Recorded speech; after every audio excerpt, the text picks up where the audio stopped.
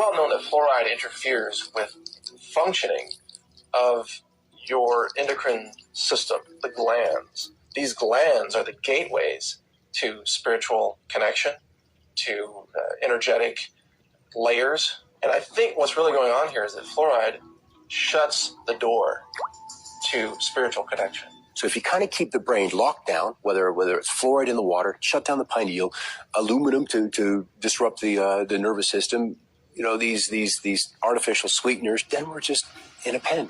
We clearly are not as aware as we could be of our potential and are not living a life that probably is as healing or as generous or as nurturing as we're capable of doing. This is why you get so many people today who are somehow convinced, and mainstream science is teaching this, that you are nothing but a biological skin bag, and that you do not have any existence beyond the physical.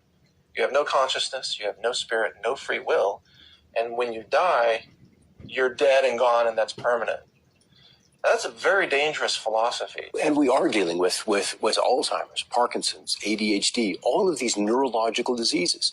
And so I think there's a concerted effort to dumb down the population so that when they figure these things out, they're paralyzed and don't know what to do, don't know how to respond, or simply can't grasp the concept that it is happening, which is the bigger picture. In the book of Revelation, people that have the mark of the beast on the forehead, that's the closed down pineal gland, the closed down third eye, that prevents them from having access to the cosmic nature of who they are, and that will be transformed. That's a very important part of what's going on here. Spiritual death is transformed into enlightenment, and it will happen in a moment, in the twinkling of an eye. Despite exposure to toxins in our environment and various chemicals in our heavily processed diets, humanity is still awakening.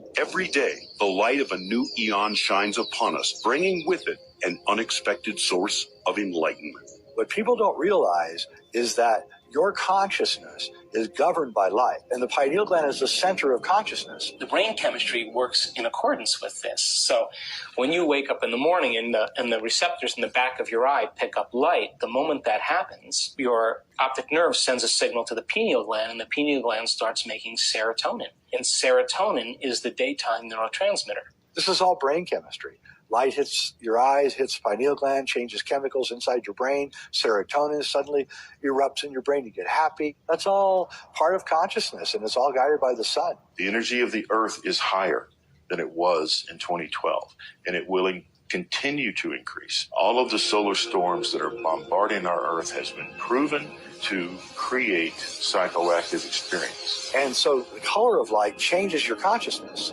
And if the sun is changing, then it's possible that our consciousness is changing. And it's all, I believe, part of this greater awakening that we're going through at this time. This pineal gland activation, you could call it that.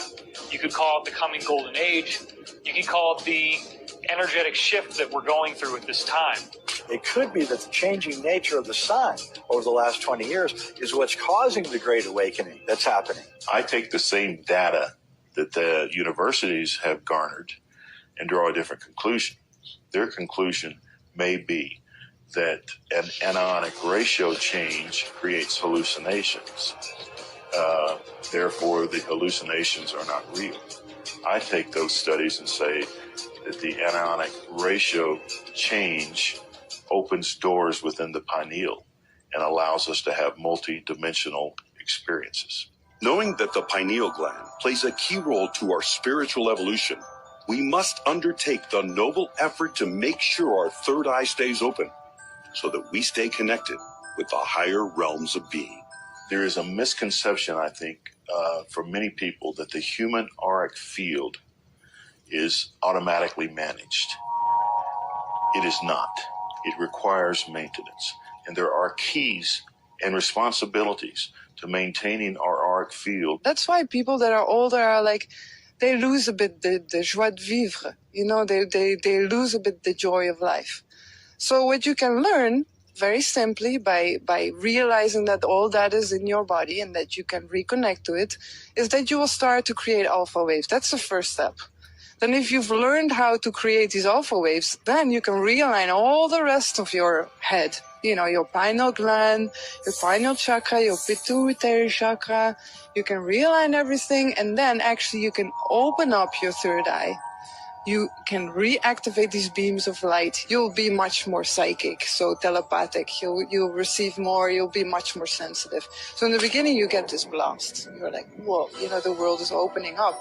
But after a while, you will just get used to it. It will be normal.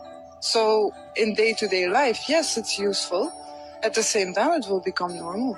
For the first time in history, humanity as a whole is being presented with the opportunity to unlock the dormant potential that's swirling inside each of us. By avoiding toxins, getting sunlight, and undertaking various forms of meditation, and bear witness to the greatest secrets of the universe.